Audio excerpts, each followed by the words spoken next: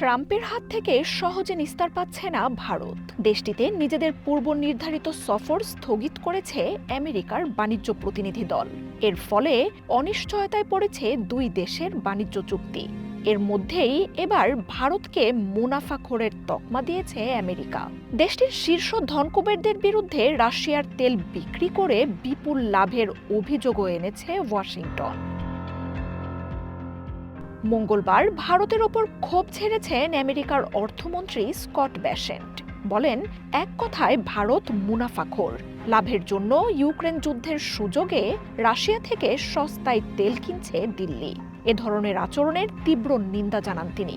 ভারতের এমন পদক্ষেপ আমেরিকার কাছে অগ্রহণযোগ্য বলেও মন্তব্য করেন ব্যাসেন্ট। আমেরিকার অর্থমন্ত্রীর অভিযোগ, ভারত তেল কিনে মুনাফার জন্য আবার তা অন্যদের কাছে বিক্রি করছে। তার দাবি, এই প্রক্রিয়ায় ভারতের ধনী পরিবারগুলো বাড়তি $16 বিলিয়ন লাভ করছে। চায়না রাশিয়া থেকে তেল আনলেও ভারতের আচরণকে জঘন্য বলে মন্তব্য করেছেন আমেরিকার অর্থমন্ত্রী।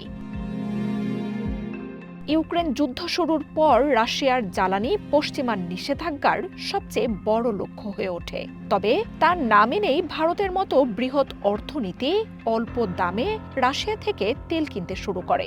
নিজেদের চাহিদা মিটিয়ে শত শত কোটি ডলারের তেল বিক্রি করতে শুরু করে জ্বালানি সংকটে থাকা ইউরোপে।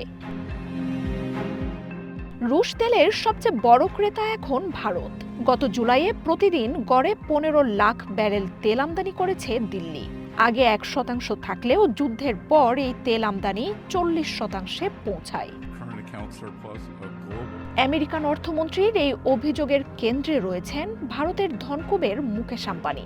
অপরিশোধিত তেল কিনে তা প্রক্রিয়াজাত করে ইউরোপ, আফ্রিকা আর এশিয়ায় সেই জ্বালানি বিক্রি করছে রিলায়েন্স।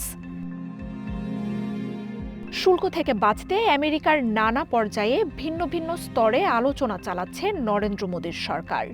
জুলাইয়ে 25% ঘোষণার এক সপ্তাহ পর সব মিলিয়ে দেশটির ওপর 50% শুল্ক চাপান প্রেসিডেন্ট ডোনাল্ড ট্রাম্প। রুশ তেল কেনার শাস্তি হিসেবে এই সিদ্ধান্ত বলে জানায় ওয়াশিংটন। তবে কোনো ছাড় দেয়া হবে না বলে পাল্টা ঘোষণা দেন নরেন্দ্র মোদীও। যদিও সেপ্টেম্বরে আবারও ট্রাম্পের সাথে দেখা করতে ওয়াশিংটনে যাওয়ার তোড়জোড় শুরু করেছেন ভারতীয় প্রধানমন্ত্রী। মার্জিয়া উপমা, ওয়ান নিউজ।